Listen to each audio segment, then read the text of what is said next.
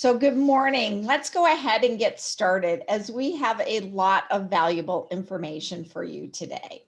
My name is Terry Kimball. I'm the president and CEO here at the Chandler Chamber, and I would like to thank you all for joining us here on this call for our Diversity, Equity, and Inclusion Roundtable on how to facilitate and participate in safe space conversations. And this is a big topic, and I can't wait for you to hear from our speakers and our panelists. This event would not be possible if it wasn't for our sponsors. I would like to do a shout out to PayPal, Toyota Financial Services, Intel, and Wells Fargo. Thank you for having that vision and confidence in our chamber to be able to sponsor these programs. I'd also really like to thank the Diversity, Equity, and Inclusion Committee for their help in creating this innovative virtual roundtable. Today's program will be facilitated by 3 of our committee members, and I'd like to take a moment and introduce each one of them. First of all, I have Crystal Blackwell. Crystal is the founder and CEO of Crystal Clear Results. She has more than 20 years of experience serving in the senior leadership roles at Fortune 100 companies such as Liberty Mutual and Chase Bank. As a certified business coach, Crystal's mission to guide leaders on their journey from where they are to where they want to be. She does this by focusing solely on their goals and creating coaching plan built on trust and credibility.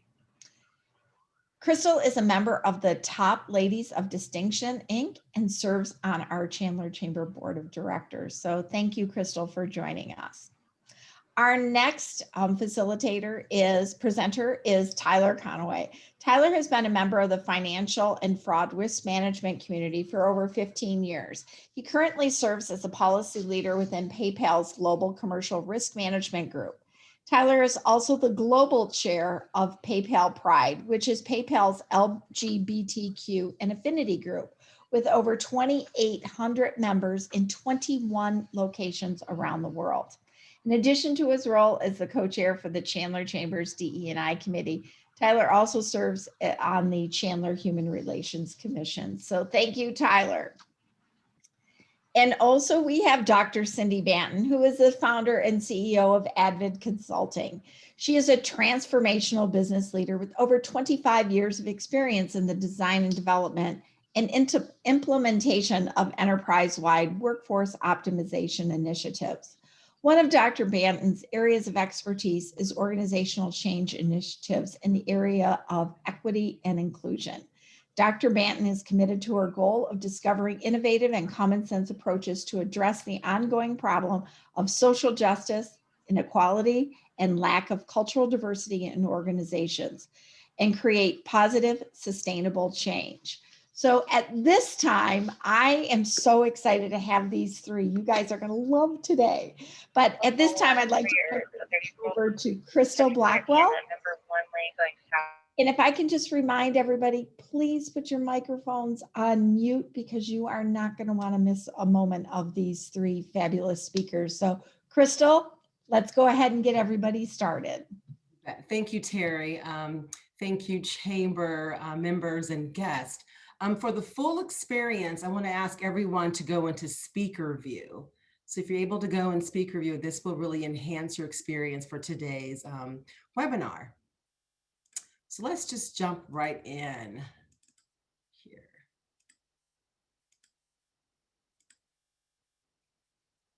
So today we're going to be talking about race and setting a meaningful space to have meaningful conversation, a safe space to have these type of conversations. And when we think about race or talking about social justice or anything that's very uncomfortable, setting the right tone and space really helps facilitate the conversation. Let's just jump right in and talk about some ways to navigate through meaningful and conversations.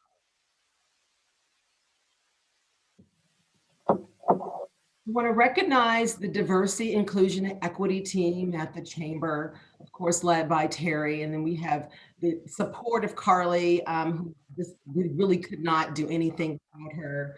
Under the leadership of Dr. Bill Crawford and Tyler Conway, Dr. Cindy, myself, Crystal Blackwell, Keisha Beach, Lafayette, long coming from PayPal. So just wanted everyone to see this is the group that really works together as a committee and really focuses on diversity, inclusion, and equity.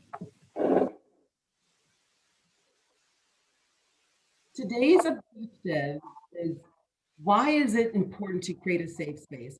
Why does that even matter? When we're talking about race, we're talking about social issues, and why is it important to even figure that out into that whole space?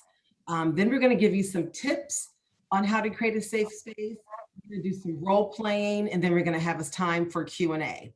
But before we move on, I want to share that this is your experience. So we want you to utilize the chat. If you want to even, I really like when people want to speak out. So if you want to unmute and if you have a question and you want to raise your hand, let's make this as interactive as possible. This is your experience and it's enhanced by your participation. So I want you to just dive right in and just become engaged. Business leaders believe they're communicating about D&I, but the messages aren't getting through.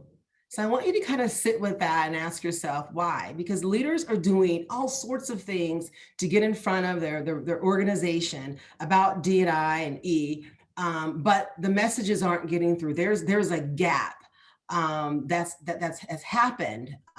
So let's further dig into this statement. An organization by the name of PwC Global Cross-Industry Employees surveyed 25 industries within 40 countries, because diversity, equity, and inclusion is not in a United States thing. It's a global conversation that's going on right now. And they had over 3,000 respondents. And this is what was being said. The business leaders, I'm head of my line of business. I'm accountable for my elements organization strategy. They spoke with HR professionals. They spoke with people who are considered diversity and inclusion and equity, chairs or champions in their organization. And then they spoke with the workers, the employees about is the message getting to them? Do they understand what the organization is doing around diversity, equity, and inclusion? And this is what it popped out. 63% of business leaders believe that their organization regularly makes available information on D&I and E, whereas employees, 42%. So we've got this 20 some odd % variance of just information. Leaders are out there, they're feeling pretty good about delivering the information, but the employees are like, not necessarily. So there is a gap into who's getting the information, how they're receiving it, and if it's meaningful. So this is just some data to kind of sit on as we start to walk through this webinar. Any thoughts in chat or any comments?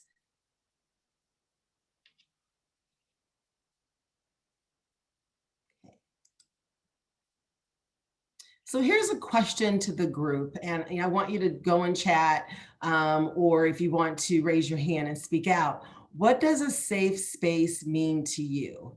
When you think of your business leader, your head of, your department head, you could be a C-suite leader, you could be head of your diversity, inclusion, equity team or officer in your operation, you could be a manager, whatever. You could be an employee who's at an organization, but what does it mean to have a safe space?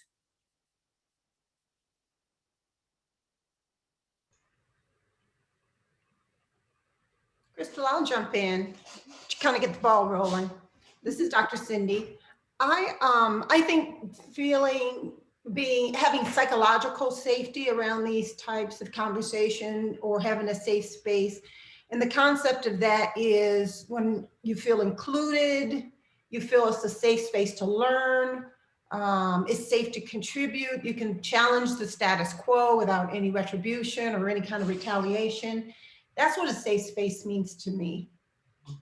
Good, thank you. Thanks for sharing. Looks like the chat is starting to wake up. Any responding in chat want to share out with the group?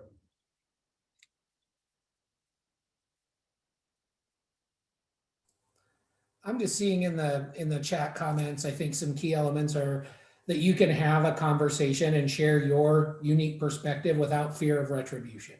So I think that means respecting diversity of thought, being open to hearing different perspectives, not just listening to a single perspective, and coming into the conversation as the receiver of that information from your employees without any angle of correcting or punishing someone, not judging them, just being open to hearing the thoughts.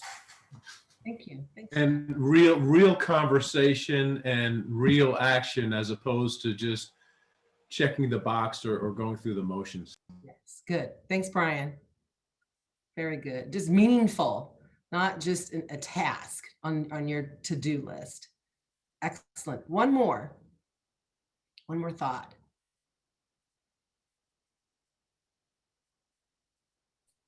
Crystal, I believe this question means that you are in a space where everything is open to you. It's been given to you an opportunity right now to be who you are and who you can be and thrive.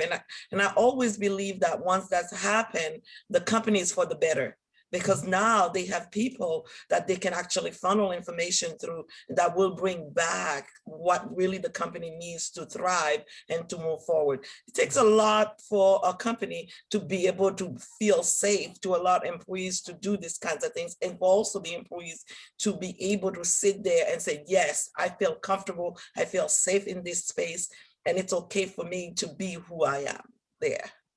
Yes, excellent. Thank you, council member. Appreciate that. So let's go ahead and move through this. What we're going to do here now is a role play. Excuse me, I'm going to go back here. It's like,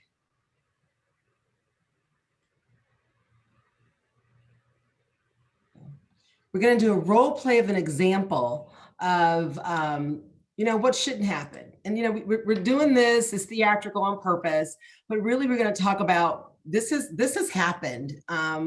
I know it's happened to me. I know it's happened to others. So there's some real to this. So if we can have our Dr. Banton and Tyler are going to role play. So if Tyler and then flip around and you guys both can do your role play. The other direction. Dr. Banton the other way. And Tyler, you too. Turn around, Tyler, the other way. We did practice this. There we go. And there we go. Oh, there we go. All right. Okay. Hi, Cindy. How are you? I'm good, Tyler. How are you? I'm good. I just wanted to grab you real quick and have a meeting with you, really because of all that news we saw over the weekend. I don't know about you, but my Facebook feed blew up with videos and comments about that incident with the police in that other state, that guy that died. I, of course, immediately thought of you when I saw all of this. So I just wanted to meet and just talk to you. As a Black person, how do you feel about this? Are you okay? Cindy, I'm just kind of seeing you react visibly. You look upset. I know it's a sensitive topic, but I'm just trying to clear the air and get your perspective. Well, I'm just a little unnerved about, what this conversation is about. I mean, what are we getting to here? Well, I know that a lot of the conversation we're seeing is about race, and as one of my Black employees, I wanted to get your perspective on it, and also really just hear how you're doing, and I know this has to be impactful to you, so I just want to be there for you and understand what you're feeling. Well, I mean, I think the feeling is universal, Tyler, but I don't represent all the Black people in the United States. My feelings about what we saw were like everybody else's. I don't think it's limited to just Black people or a particular race or anything. So I don't know what to say. Are you gonna need any support then? I know you've got some vacation time saved up. I wanted to check to see if you need time off. With all the things happening, are you gonna want to go and join like one of the BLM protests that are coming up? And just really trying to plan ahead and support you. No, I don't think that's necessary. I have a pretty good support structure. I won't need time off to go to Black Lives Matter protests or anything. No, I think I'm good with that. Okay, so we, good. I'll just note, probably no disruption to you seeing you at work. Okay, wonderful. Well, given this is such a tough topic, and I can just see, just from bringing it up with you, you've had some reactions, very expressive. I personally feel very passionate about leading the company's response here. I have a lot of passion about our brand and think we need to craft a message out about this. So I'm going to go ahead and make some drafts, but I would love to get the Black perspective on the message that I'm creating. So can I send you a couple of drafts and then just get your notes, and then we can work together on getting a response out, especially to our employees. Would that be okay? Yeah, sure. That'll be fine. Okay, great. Well, I'm really glad we took the time to just tackle this issue head on and meet. I feel like we cleared a lot of items up, and we'll look forward to coming up with that email that'll get our company's brand and our position out there to the world. Thank you so much. Yeah, you're welcome.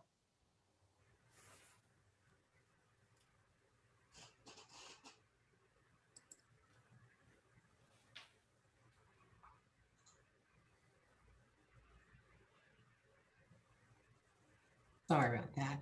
So we had Tyler and Dr. Banton do a role play. So let's talk about this. So what happened here? And again, unmute. You can shout out what you thought, you saw, you heard. Again, we know it's humor on purpose, but speaking with others, this is not too far from what can happen, what has happened. So I saw an ouch in there. I saw a really cute emoji that was like, ooh, you guys share out.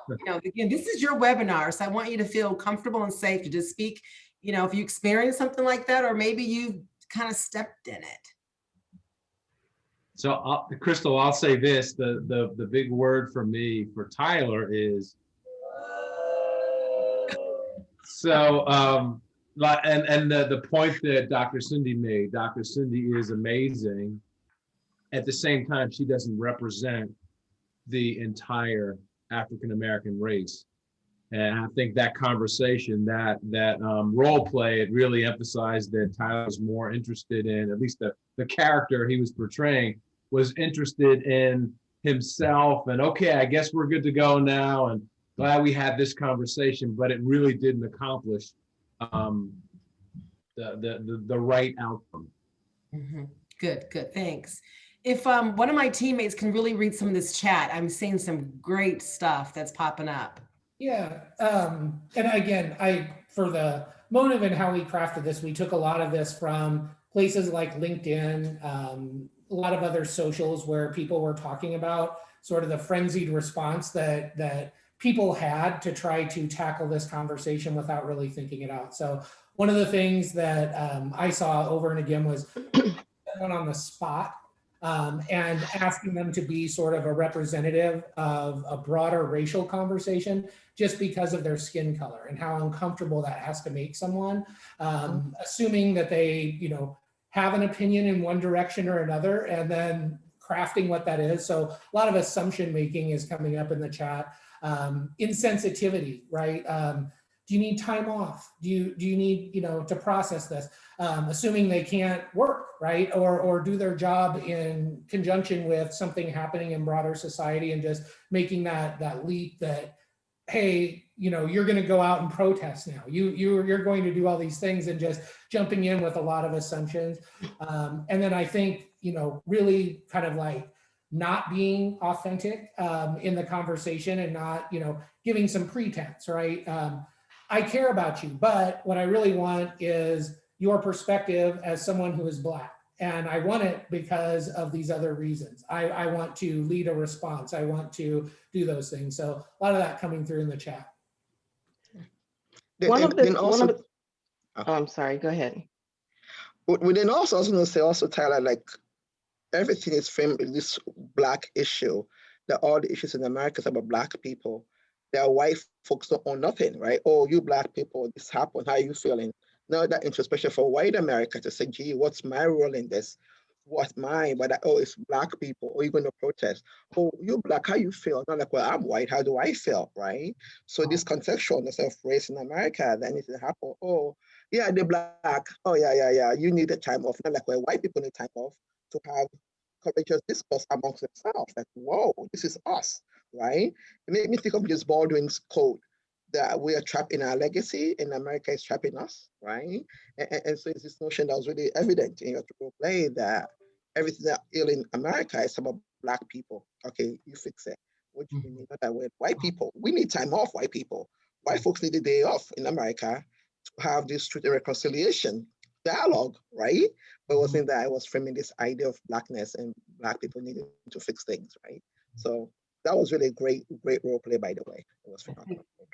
An observation that I have about the role play was that active listening and responding is so critical in these conversations. Dr. Cindy, hello, Dr. Cindy, good to see you again. Dr. Cindy actually said, I don't have the perspective of I can't speak for all Black people.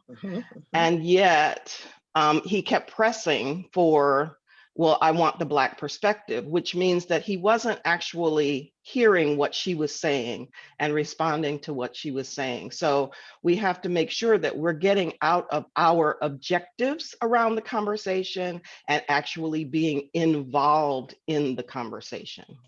Good. Excellent point. And right now is where we're going to start digging into it. I mean, I love the points of different perspectives and being a good listener and not bringing your own preconceived opinions to the conversation, and not being sensitive. So we're going to walk into really the different ways to create a meaningful space and start really digging in here. So great job doing the role play, team.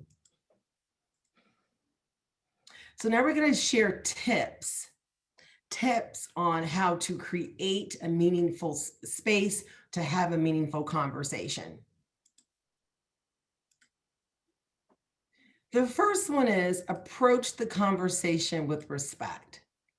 So, I think let's kind of reflect back on, the Tyler and Dr. Cindy role play. We're going to be reflecting back a lot of that. And then, of course, I want you to add, whatever experience you can bring. But approach the conversation with respect for multiple perspectives and narratives.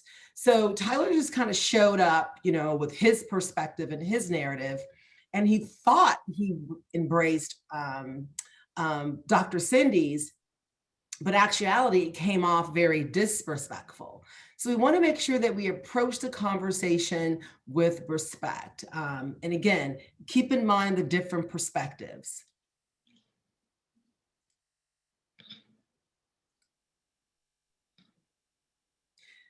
Secondly, we want to put aside our preconceptions and examine your motivation. Huge. Examine your motivation. Recognize and acknowledge the validity and reality of others' experience. Understand, what is the reason why I want to show up and have this conversation? I think understanding your motivation may cause you to pause and actually do some self-reflection. How do I feel about Black Lives Matter? Tyler could have asked himself, what am I saying to her that could be offensive? What do I really want to accomplish here? Is it I just want to accomplish this email out to everyone so I look good? Or do I really want to dig and understand so that I can support not only Dr. Cindy, but support the business and be a leader of change? So really, examine your motivations. And sometimes that could be where the stop is. You figuring out, is this going to be heartfelt? Or to, I think Brian said, another task. Any comments here?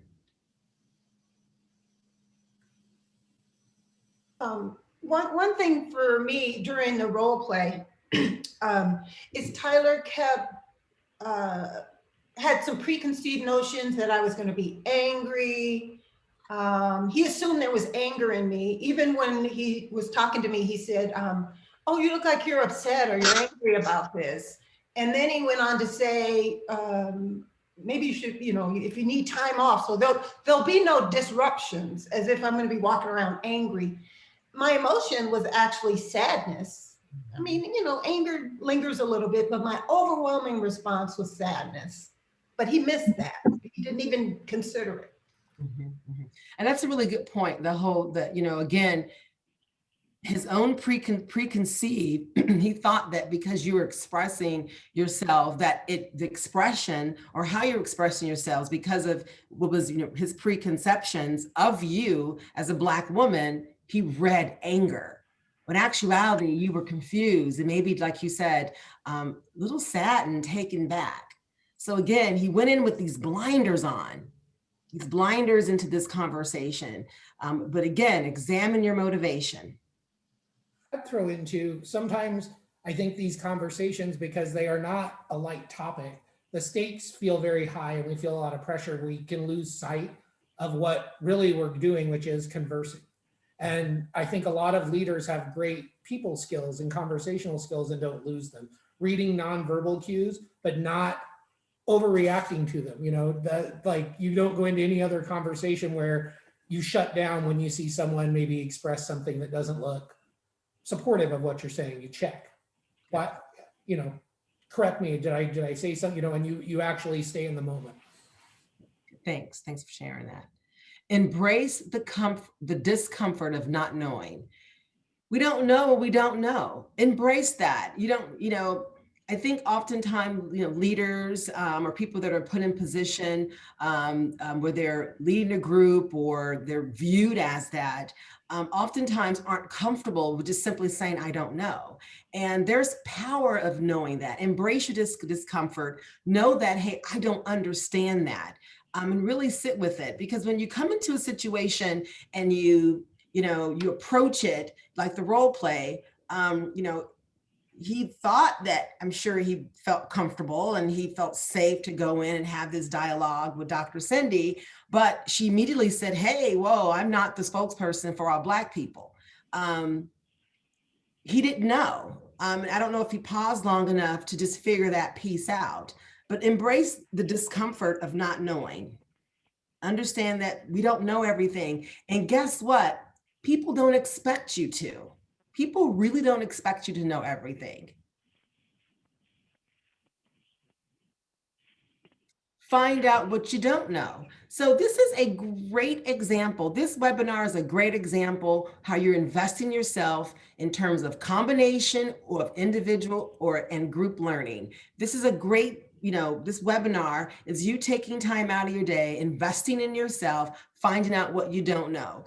Hopefully you'll get a couple of golden nuggets you can take back with you. But it could be a combination of individual, where you take time off on your own, you do some reading, you take webinars, whatever it is, or group learning where you're working with the team. But find out what you don't know and take responsibility to learn. You can't call up the one person that you know of color or gender, because remember, diversity is a huge range. It's not just the race. There's diversity and sexual orientation. There's diversity in gender. So find out where your gaps are. And it's not an interview with the one individual that you know. That's just one perspective. It's going to take you to do a little work. And again, all of that will really feed into your motivation when you're working with people, when you have conversations, because it does come up. No voy a hablar nada.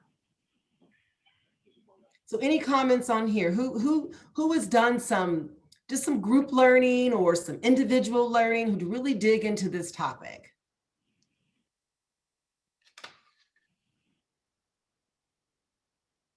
I'll speak. Hi, everyone. I'm Olivia. I would say that I work first of all for Toyota Financial Services, and I lead D&I. And what we've done to really try to educate or really be there for team members is we've hosted D&I.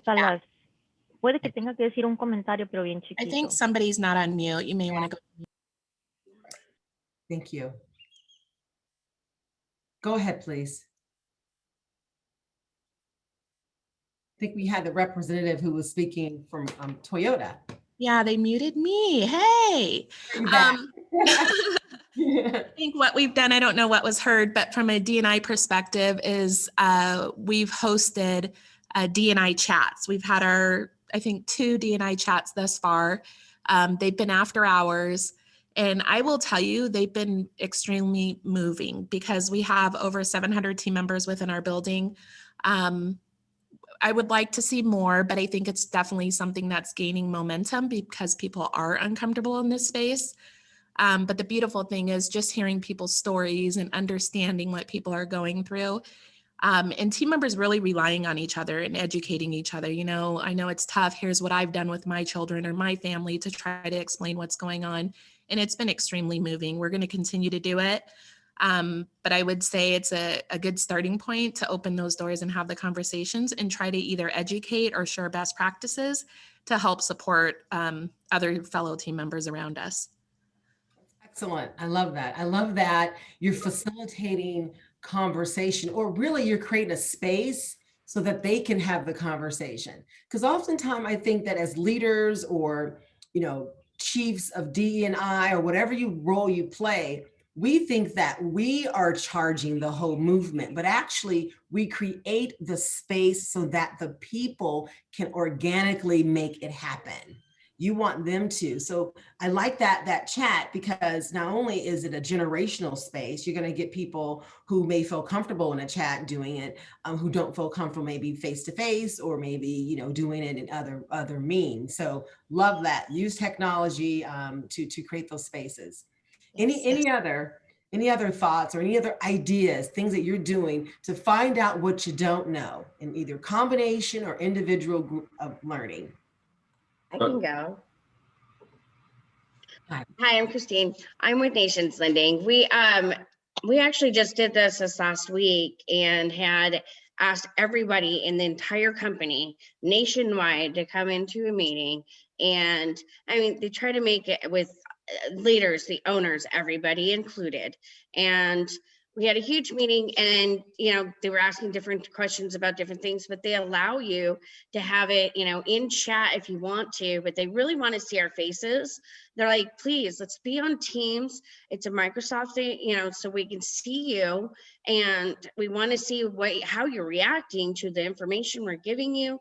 We want you to interact with us. We have it anonymous if you want to exchange to everyone of your thoughts or anything that we're asking about, and we want your input on it. And then there was a really good topic that brought up, and it was kind of going over this last year's numbers, and somebody had brought up, how come it's and it was nice because it was anonymous, so everyone, you could kind of see the faces of everyone. And I just loved how they were just kind of more relaxed that way.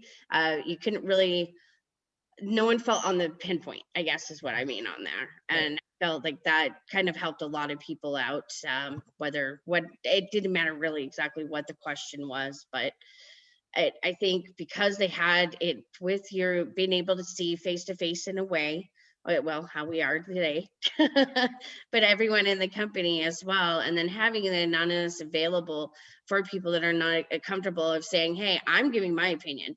Because not everyone is comfortable giving their opinion, no matter what it is, from if it's like we don't understand the technology you're giving us, or if it's something else, just things like that.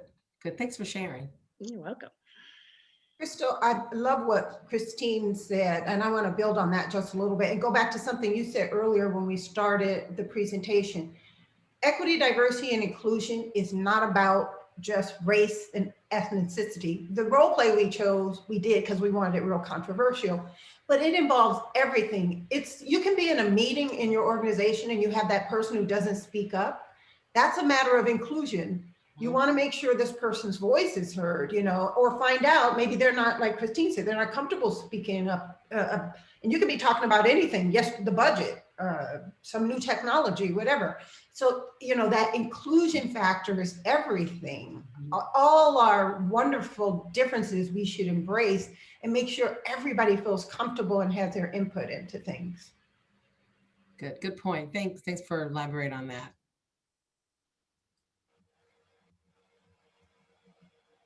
Hey, Crystal, I'll mention one other thing. I think it's important to get a consensus and a big sample size while ensuring confidentiality. And what I mean by that is if there's a polling mechanism or some way to gather like what's the biggest thing and understand like what front and center. It's such a complicated issue. Diversity and inclusion is something that is not going to get fixed overnight. So if you can gather at an organizational level, if we can only do one thing, what's the highest return on investment thing? I think sometimes that helps too, because sometimes you can have great intentions, but be scattered. Right, I agree, And that's why it's so important that you have the key players who have the skills and talents to dig into it. And it's not always the only Black individual or Asian individual or Spanish or male or whatever that fits what you're looking for to lead it. It's really about them having the skill set to facilitate this and dig in and really help create that space. You know, I've been in organizations, support organizations where they've appointed, a Black lady to lead, diversity, inclusion, equity committees, and really just wasn't even passionate about it and didn't really have the skill set. So therefore that initiative really ran pretty mediocre. So you want to make sure that you're getting the right people and you're giving them the right tools so they can really help your organization move through this.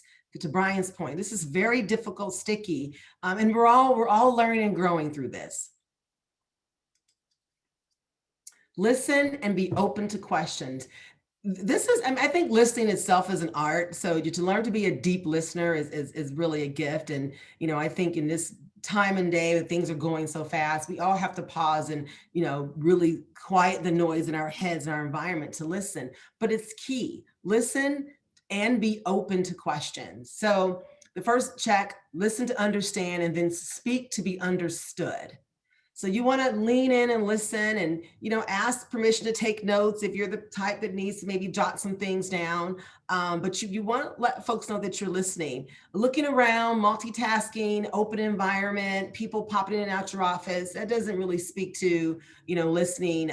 You're on, right now we're in a remote world and you have distractions in the background and you haven't really created that remote safe space. But you want to make these conversations, this safe space, meaningful, and you want to plan it. Asking questions shows a willingness to learn and to be understood.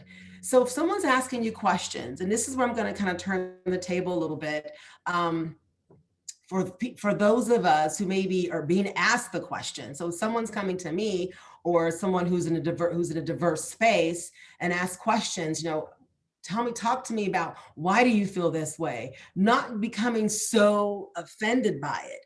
Understand that when people ask questions, because they care and they want to understand. Now, we all know when people are doing that and they're bringing a mean spirit to it and they're being sarcastic and that. I'm not speaking of that. And that shows up bright.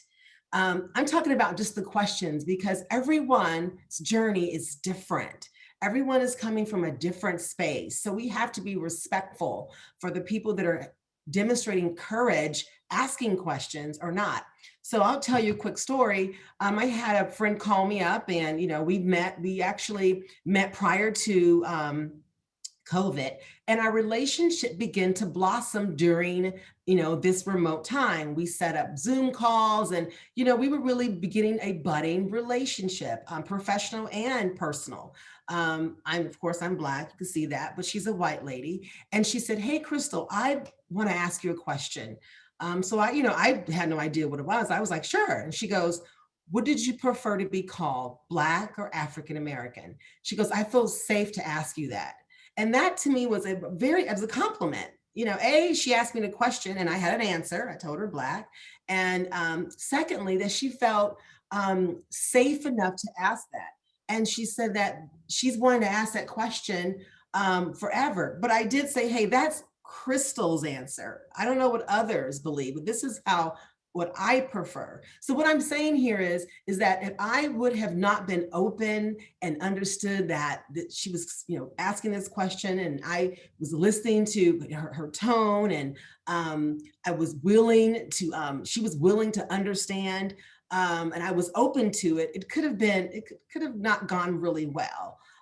So I know we've all experienced it the way that it shouldn't happen, and we've also experienced it ways that it is happening. But more of those conversations are starting to bud. So I see the chat blowing up. So I want to hear, what do you guys have to say about this?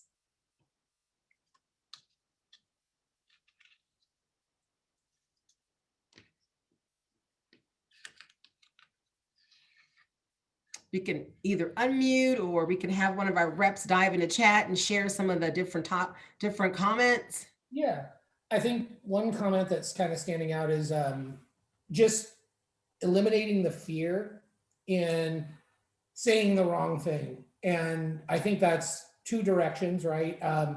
Hearing the wrong thing and how you react to it, being the recipient of those questions, and then also the person asking the questions having the openness to accept the grace of feedback and correction. Hey, how you said that can read this way. And then I also see like hearing the intent of the speaker. And if you're not making that clear in the conversation, that can be potentially one of the things that trips up those questions. Like in your example, Crystal, she came in with, I wanted to ask you, I feel safe. The question then, even if it was a misstep, wasn't something that you were going to take offense to. Absolutely. Good. You're right. Right. Any others before we pop on? Because we have a role play coming up next. Let's go ahead and let's look at our role play example number 2. Redemption time, folks. So we're gonna have Dr. Cindy turn on there you go. Hi, Cindy, how are you? I'm good, Tyler, how are you? I'm okay. I wanted to meet with you. I'm not sure if you had a chance or observed the news over the weekend. There was, another incident of police brutality, and I think it got very well publicized. I saw that, was like most people, pretty shocked and upset. Having really, never personally witnessed an act, this was really something that shocked me. And really, I took a moment to think about what I can do and how my employees have to be feeling in a situation like this. It really occurred to me that I've never taken time to sit down and meet with you, any of my employees really, and talk about how they're feeling and how events like this impact them. Wanted to make sure, first of all, if you were comfortable talking to me about this, I'd love to just have a conversation with you about this today. Oh, absolutely, Tyler, and I appreciate your concern. Well, awesome. So full transparency, I'm a bit nervous about this conversation. I know it's a really sensitive topic, so please correct me if my approach is insensitive, anything I say is out of line. I won't take any offense to that.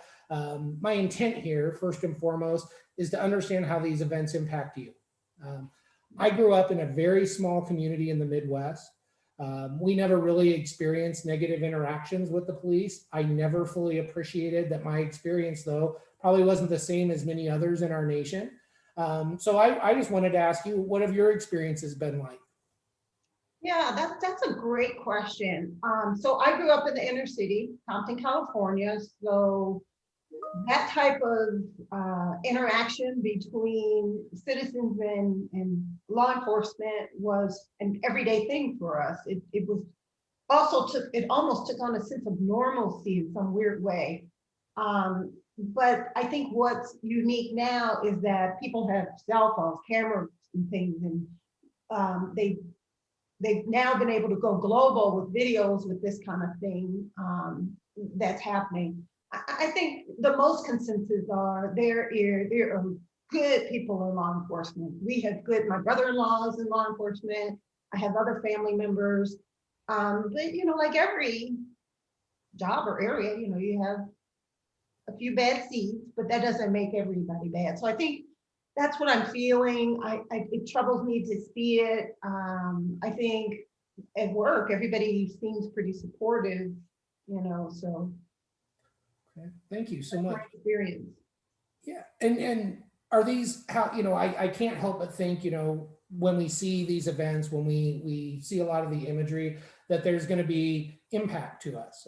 I just want to check with you and see if you're okay and how these impact, you know, what kind of impact you're having. I think I feel more of a sadness than anything else. I feel like there's a need to help in some way, maybe on both ends, you know, working with people who are subject to this type of, like my nephews. I have Black nephews, you know, I have conversations with them constantly from the time they were old enough to understand. That's one way we can do it. And then get involved with law enforcement. Let's have more dialogue and communication and outreach. Because generally when that happens, you know, law enforcement, the good people come to the meetings, you know, not the people that you really want to reach. So I want to, you know, try to build that bridge in some way. I want to help. It's time to step in and do something about it. That's the bottom line for me. And if I could do it through work, or we can do it through work, or, you know, take a stance and offer our help, that's great.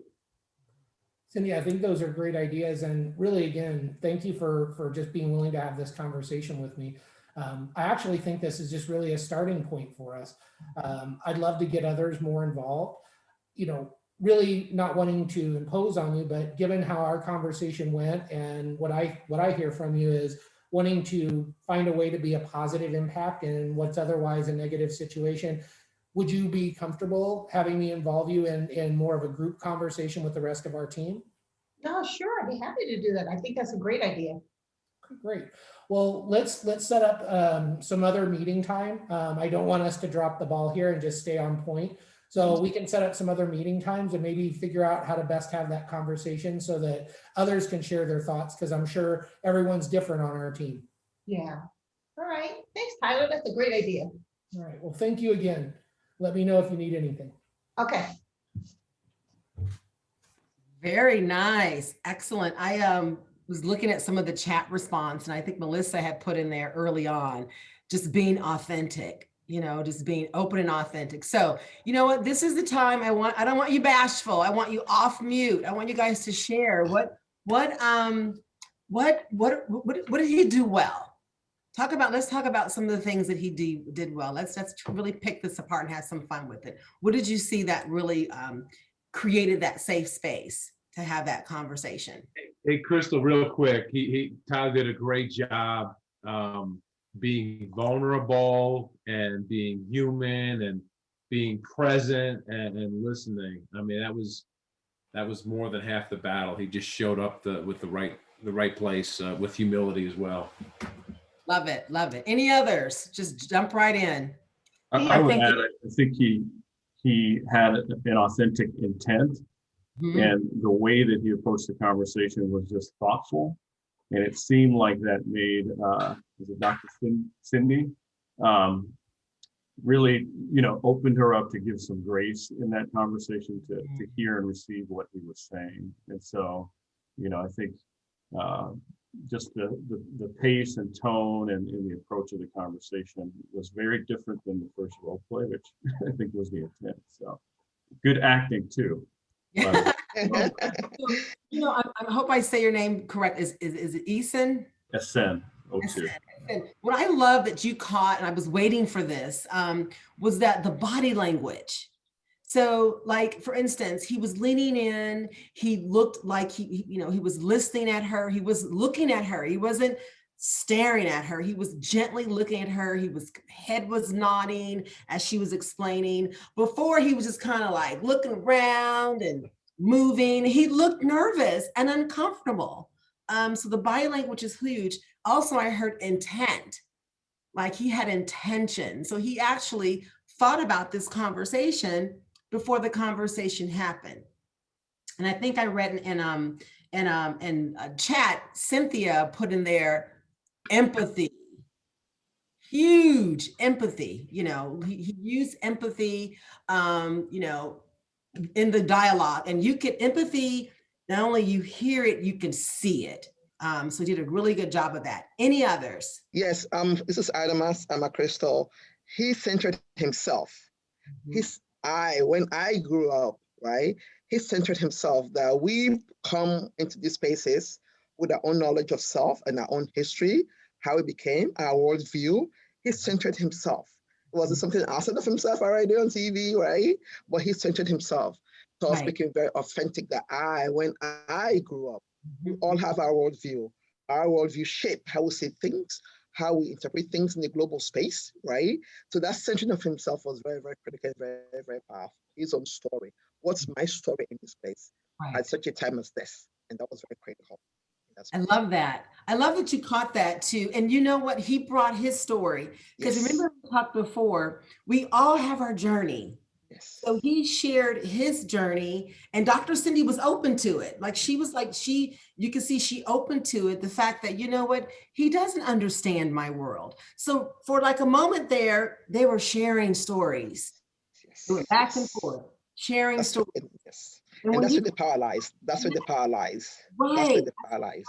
Awesome. That's the power. We got to take the mask off and share stories so people know where we're at. We got to get a starting point. And they got a starting point, and then they were able to build on that. Great insight. Some others take off. I like how he started it out by right at the beginning saying, hey, I want a safe place to talk about this, and I don't know really how to approach it. And he just really started the tone by being open about his uncertainty and offering that conversation. And then it was really up to Dr. Cindy how, she wanted to proceed, but he didn't force her into anything. It was very gentle, very good. Good catch. And hi, how are you? Good. Good insight. Any others? There's so much here we could just play with. Well, he approached her as a human being and not as putting her on a spot as the Black representative. Yeah, good. Yeah. She wasn't like the person speaking for the company. He wanted to talk to Dr. Cindy. Yeah, definitely. Any others? Good dialogue. Great job, you guys, with your role play. So we had an example of what not to do. We have an example of what to do. And then I'm sure you guys are doing things in your organizations with your conversations. So this isn't, the blueprint, but some really good stuff that you can build on. Let's go back here to our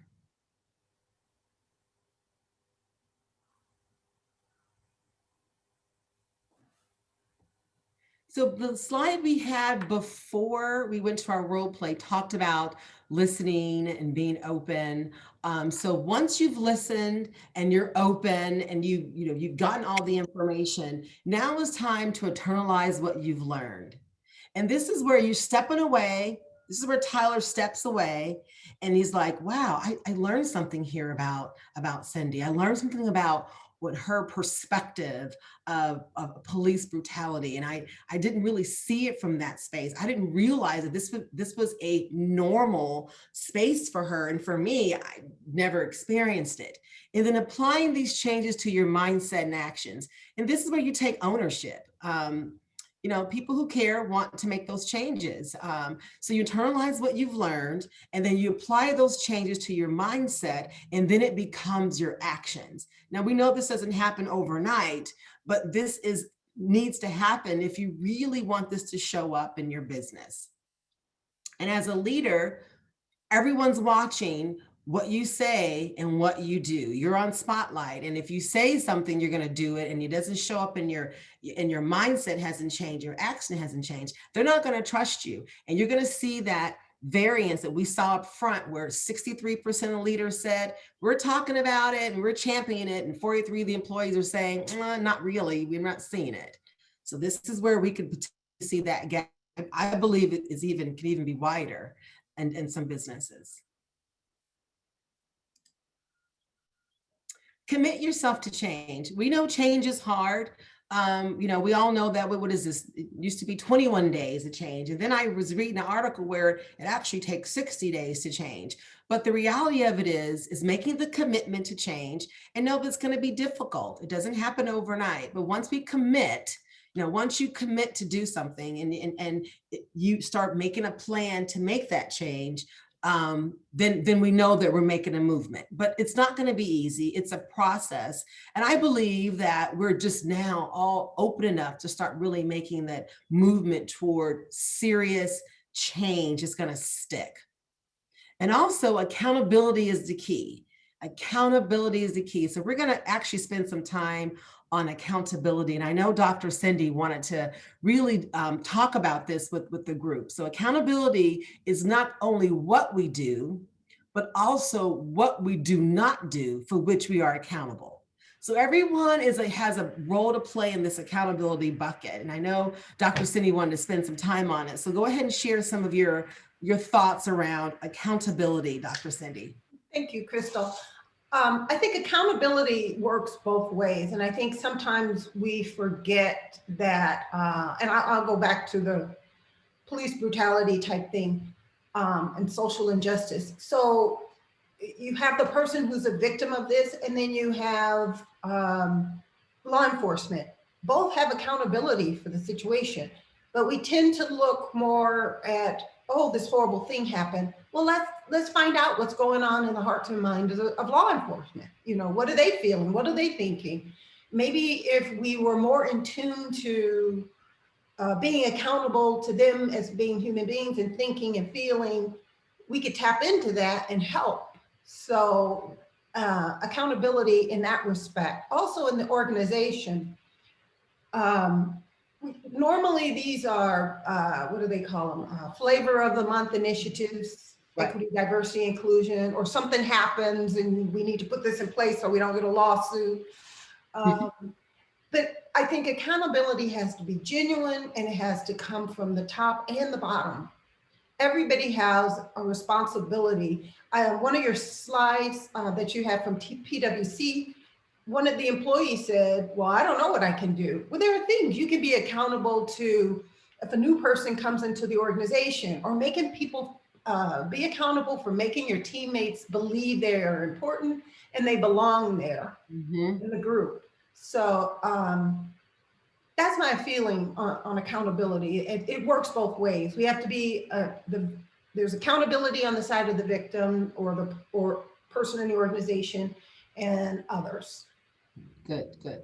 And I believe that this is the part where we could slip up. This is where we can really miss it in terms of moving these types of conversations through. It's people shrinking in the accountability space, because we all have a role in that. We all have a role in accountability. So you were hearing, it's a lot of dialogue. You're hearing a lot of people saying, you see something, say something. We've all been in a situation, or may have, or witnessed where you're in a meeting and maybe a person's not included. And you know it, and no one's saying anything. You know, we have to be accountable to sometimes demonstrate some courage and say something when things are not you know, fair or treated or respectfully.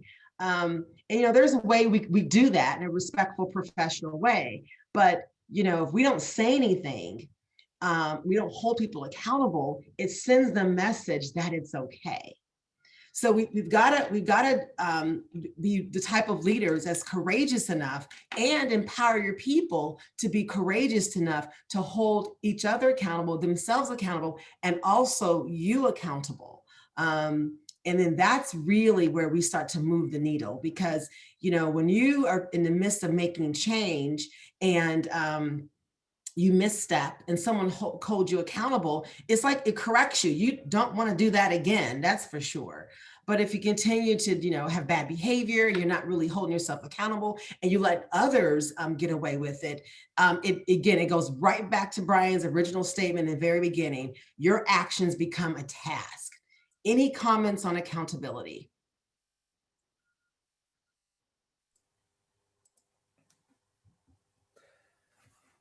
I think in the chat, we've got some good ones. So I think Dr. Crawford raised a point of what we don't do is often speaks louder than what we do. You know, leaders, as leaders, right? People are watching us and will believe us based on our actions. So I think these are awesome conversations to start with. But for me, as a people manager, I know there's not going to be true accountability and progress unless the folks that are bringing the feedback are part of the change. So one area that I think is not only lowers the burden on the people manager, but also involves the team is identify what's in your span of control. Okay. We may have a really broad societal problem. What's in the span of our control for our team? What can we do immediately? And then how do we influence our organization? How do we make that known? What can we do to be out in the community? To echo Dr. Banton's point earlier, there's always something you can do, but if you don't kind of have that planned after the feedback, what's the point? And literally that term accountability is like putting it all on a sheet. What can we do? Have we done the actions we've agreed to do? So I think that's also very important, but just starting is a huge accountability point because nothing speaks louder than silence. Good.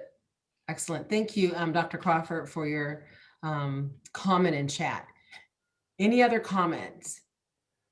I think there was also another great point of initiatives and changes and sponsorship are very important. So, you know, when you have, let's say, a medium-sized organization, a large organization, even a smaller organization, if the pocket of this change is fractured and split kind of amongst the bottom of the organization, it doesn't have a champion or sponsor, it tends to fizzle out. And this sponsorship at the top ensures that change discussion is embedded at all levels of the organization, supervisors, managers, and really that models the behavior that you want from others. So that was another great comment we saw in the chat. Good. So I have a question to the leaders on this webinar, and you can answer either chat or if you want to go off mute. What are some of the things, or how are you holding leaders or yourself accountable in this space of having these conversations about diversity, equity, and inclusion? Crystal, this is Christine. As someone who has just been elevated to a leadership position, that truly you have to really look at a whole city.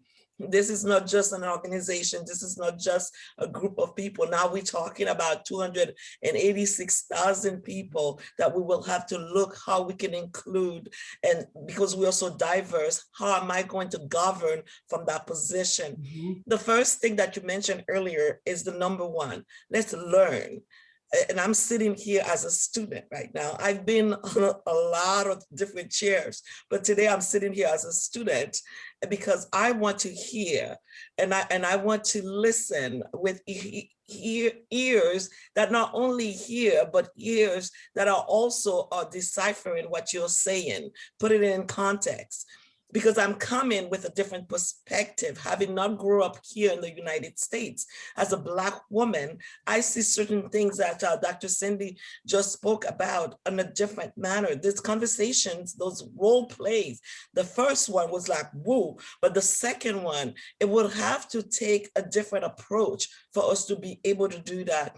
I know Chandler has a position where we are really an inclusive city. We even have a diversity department. My goal will be to really open up that area for people to start feeling safe, where they can come to that office, start bringing in solution, because I'm one of those that always said that we all can complain, but if we are not going to add to the solution, what is the point of complaining? So please come to the table with solution. For every problem you bring, please bring 5 solutions. So that way we can just know that you are a solution-oriented person, and then we will listen. You listen to those who wants to take you to the next level. but rather than those who just want to talk about the problem. And so today, that's the number one thing that I'm taking from here, is that we have to learn. We have to learn to listen. We have to learn to understand everybody's point of view. And then we can move forward, upward, toward, and onward to make something happen in that space. Thank you, Dr. Cindy. Thank you, Crystal. And thank you to the Chamber for putting something like this together, where we all can come together with different perspectives, different huge organizations, small organizations, mom and pops. It's everywhere that we're, wherever we are, with, you know, on whatever level, that we're going to work with this inclusion and also the diversity part of it. I really appreciate what you're doing here. Thank you. Thank you, Councilmember Christine. Appreciate that. Any others? What are you doing in your organization to hold yourself or your leaders accountable? I'll just add a perspective around accountability that has to do with transparency and visibility. I think early on in your presentation, you shared that you know, it was 40-something% of employees not feeling like they are privy to information around D&I, or it's not available to them. And I think every company, you know, has its appetite for how much transparency they want to engage in. But I think there's an opportunity, and I think as leaders, putting positive pressure, particularly around how visible we make our D&I efforts internally and externally, is really important. And so I have the privilege of leading D&I at SRP, and have folks on my team on the call today. And that's something that we're really focused on, is, you know, if we're going to really accelerate the impact of diversity and inclusion at SRP, and if we're going to position ourselves as a leader, then we've got to be transparent and visible about what we're doing. So as we're setting goals, targets, you know, as we're being vulnerable about where we have opportunities to really advance and grow in our D&I efforts, we've got to be accountable in that sense as well. And so I think from a leadership standpoint, that becomes important, and to really put that positive pressure on the organization and its leaders to provide that visibility and accountability around transparency. Love it. Excellent. Thank you for bringing. I love that. So you said positive pressure. Right. Positive. Yeah. Put the emphasis on the word positive, because the negativism can really push people away, and that they don't want to see you come in. They don't want you to open your mouth to say anything, because they know that it's going to take them in a whole different space. So the positive pressure is important. Indeed. I love it. I got that too. That was great. Positive pressure. You got your team involved, so you're visible. So everyone's holding each other accountable, and you have a strategy with a plan. And, you know, that is huge. And if organizations don't have people in there, you bring people in to help you get that strategy and plan, because how are you going to measure movement without that? So I love that you're saying some really key things, and all that lines under accountability. But like council member said, I love that power pressure. So I'm going to be using that one. Thank you for sharing it. One more. I say one more thing about accountability? Sure. I think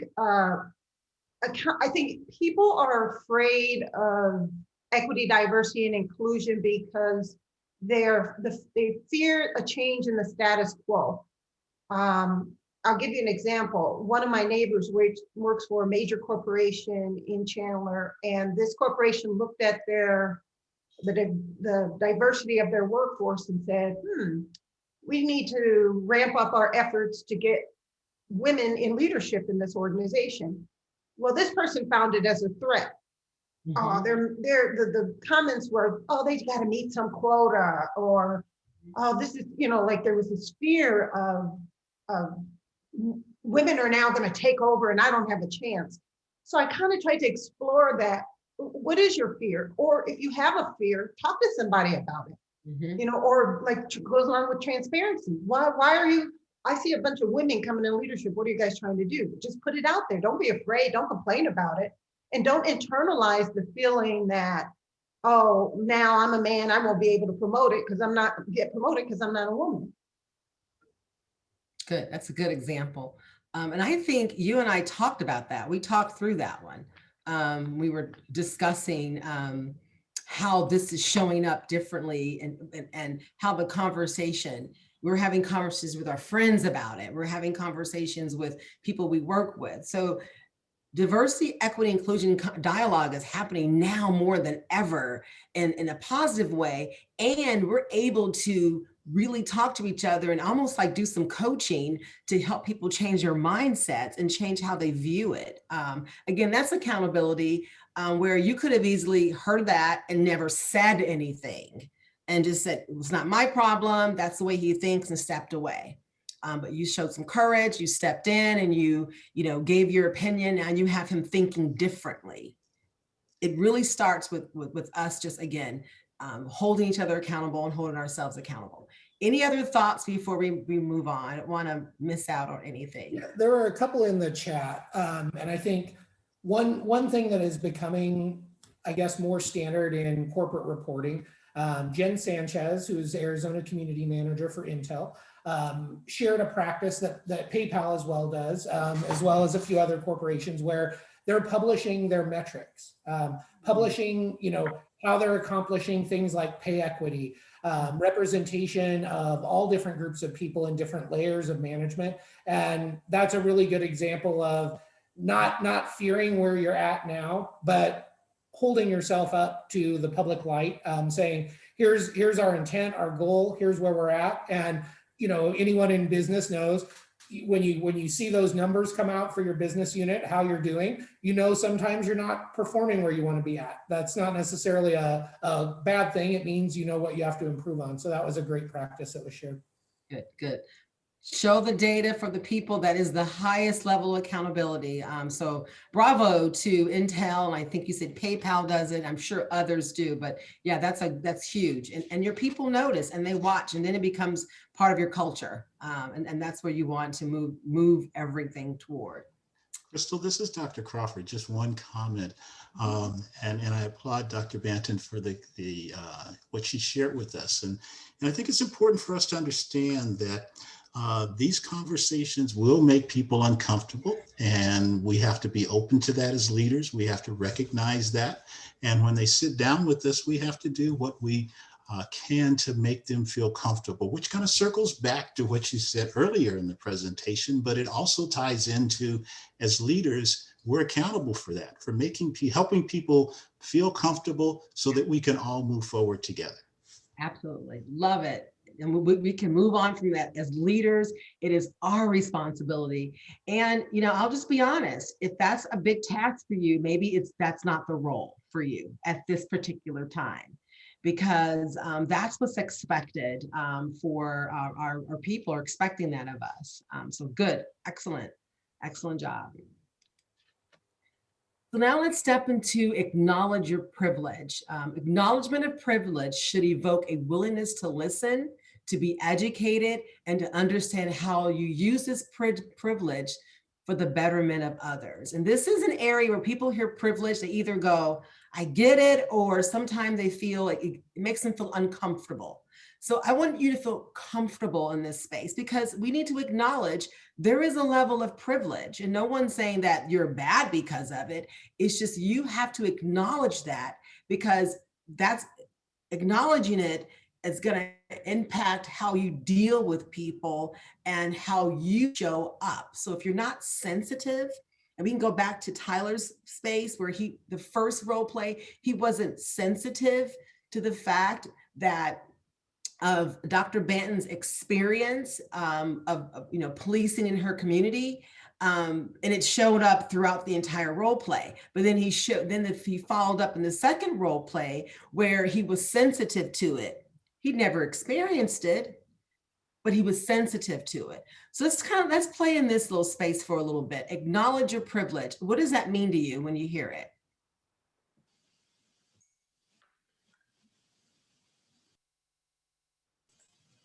I think it just means that to admit that maybe you have not dealt with this situation before in your background, or maybe you haven't even devoted the time to think about it.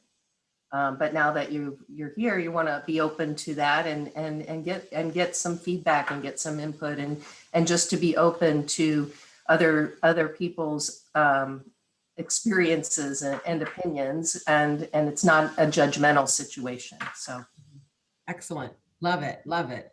Great. Any others? Because we have call out to really opening your thought around this to step outside of what's been in the national dialogue. We were very intentional in not calling this a racial privilege. Privilege can transcend race very easily, and it often entails socioeconomic background, advantages. So when you're learning about people, understand the advantages that were gifted to you by family, that were gifted to you by wealth, and that doesn't mean it's white privilege, it's Black privilege, it's Latinx privilege. It's a privilege that you enjoyed that gave you an advantage. And it doesn't mean you haven't earned merit. It doesn't mean you aren't a person of merit or you haven't had struggles or need to work. It's just in a particular topic area, you are at an advantage where someone else might be at a deficit, and learning where those gaps are.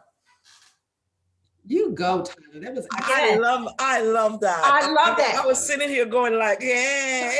And you know what? You didn't even practice that. You go, Tyler. It was excellent. Any others who want to share acknowledgement in your privilege? How? Because again, this could feel different for different people, and we're going to respect everyone's perspective. So, Crystal, when Tyler was saying that, I was about to say the exact same thing. Privilege comes in a lot of packages. Yes. I worked hard to get my PhD, and I earned that. And I feel a sense of privilege because I have it. I use my privilege for good and not evil, but there is a sense of privilege there. Yes, absolutely. Good. Any others? I think someone was chiming in the group. I don't want to miss that. I think one great comment here when we're talking about our school systems, we have a great comment that at the essence of the school system includes diversity, inclusion, and equity as part of the K-12 curriculum. And that's really to make a positive impact for generations. As we think about education, and I know we've heard this from educators over and again, learning the gaps that kids come into school with and fixing those is how we create a more equitable society in the future. And I think that's just a skill that the public education system is putting a big lens on. So it's a great comment there. Good, excellent. That does it reigns through in education system, the privilege, understand it. Any others before we move on? Acknowledge your privilege. Knowledge of privilege for me, it's the fact that you have been gifted to be put into a position where you will use that gift for the common good of everybody else around you. The fact that you are privileged, it's a gift, and you have to accept that gift, and then now you put it to use. I just love the fact that they brought in the school system. We looked at our teachers now. They have the privilege and they have the gift now to impart what we are talking about here, the D&I, into the student. It's not something to take lightly. It's not something to just do with a flipping kind of way, because you are impacting mindset, because acknowledge your privilege in that space mean that now you have a power to change the course of other people's lives.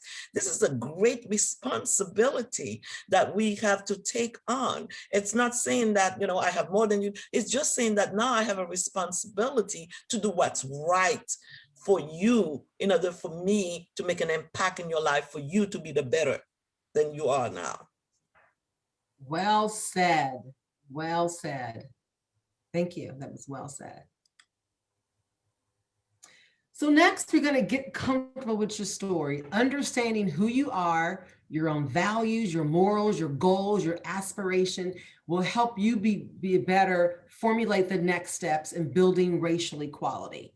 So know your story. So Tyler, his story, and he showed up, and the story doesn't have to be anything that's, needs to be published, and some are. But his story was, I never experienced that. I'm from a small town, and I know everyone in my town, and the police force are my relatives. I don't understand that. So I show up in the city as a leader, and I'm leading people from diverse backgrounds, social, economic, race, gender, all diversity. And now this issue comes up on my plate. But now I need to be comfortable telling my story so that my people know where I'm coming from.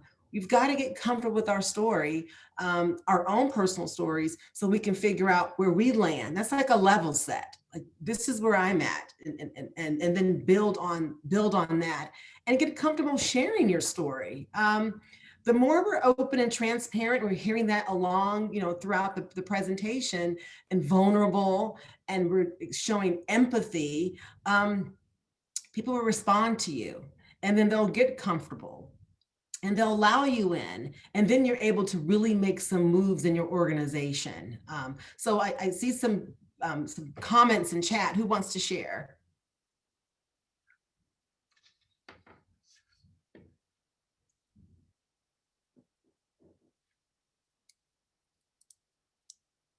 Any thoughts? Anyone still struggling with getting their story or understanding how that lines up into, just for yourself as a leader, setting, creating the safe space to have race conversations?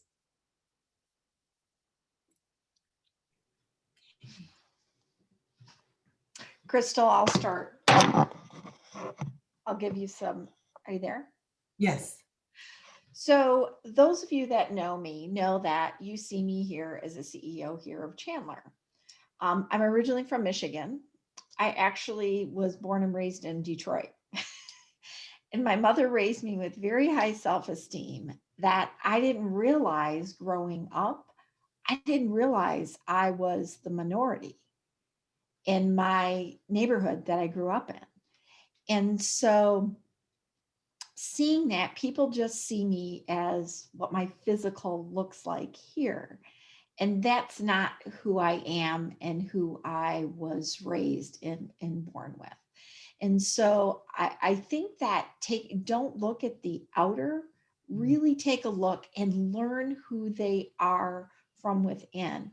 Because when I brought this initiative, when we talked about this as a chamber, and I could see that, I knew I couldn't be the face of that. And I've talked to this committee about that. And that's okay. But I don't want this just to be a program. I want this to be an ongoing culture. This is what Chandler's all about. And this is why it's so important. Because Chandler, when you take a look at the companies that are here, we need to embrace all of the differences because we really are a global community. Excellent. Terry, thank you for sharing that. Appreciate it. Because I know you and I talked about it offline, and you have with others, but thank you for, again, getting comfortable with your story and sharing that. So people do start to see you differently and get to understand why, how your values and your morals and your goals line up under your story. Any other? Excuse me, Crystal, I apologize for interrupting you. This is Dr. Crawford, and I just wanted to take just a few minutes to publicly thank Terry for her courageous leadership. This is not an easy conversation for people to have, and for her to step out and to exhibit leadership on behalf of the Chandler Chamber of Commerce. I think the entire committee just needs to give her a round of applause. Thank you so much for doing this, Terry. You are absolutely incredible. God bless you. I agree. Bravo. I agree. Thank you. Again, I go back to, this isn't just a program.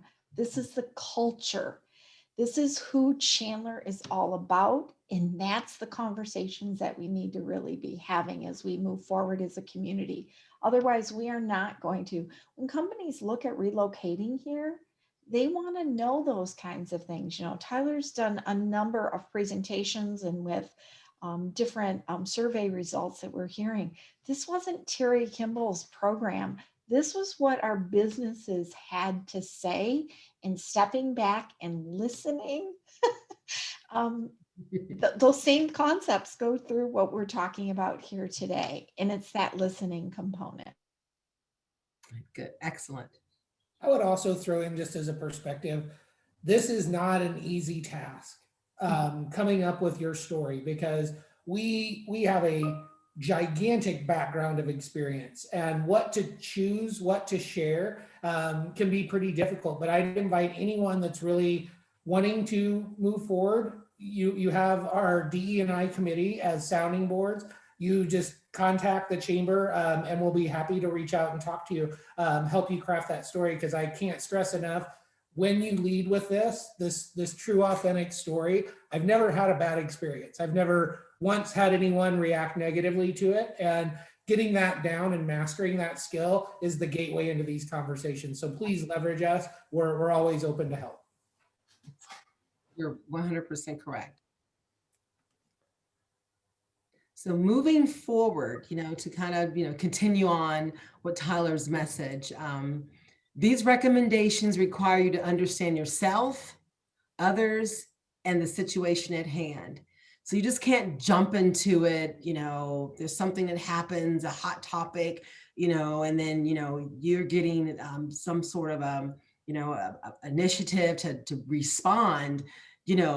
These things take time. You want to pause and make sure that you understand yourself, others, and what situations at hand. This process brings about empathy, and really understanding what that is, which is a crucial ingredient of a meaningful action. If empathy doesn't show up, it's you might as well, you just should not show up. It will come off as role play number one, but even worse, because role play number one was for fun, and it was an acting, and there was no harm, no foul. But in real life, when you guys are showing up in your business, you don't have the opportunity to do role play one, because you could do role play one and you could really do some damage. So you want to do the work so you can show up with your role play two, and then you can do some meaningful work in your business and really get everything moving forward. I'd like to thank everyone for coming so much. The Diversity, Inclusion, Equity team likes to thank you.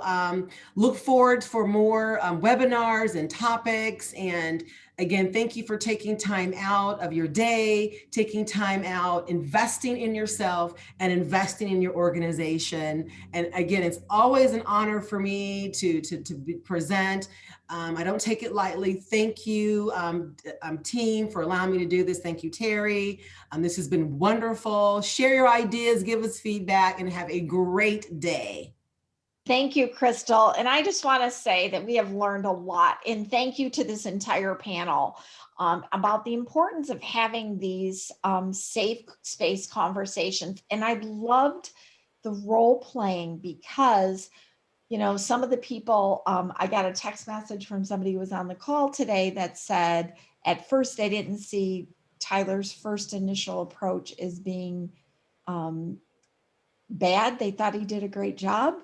And which once we dissected and dove into it, we saw how we could do it much better so that we weren't offending.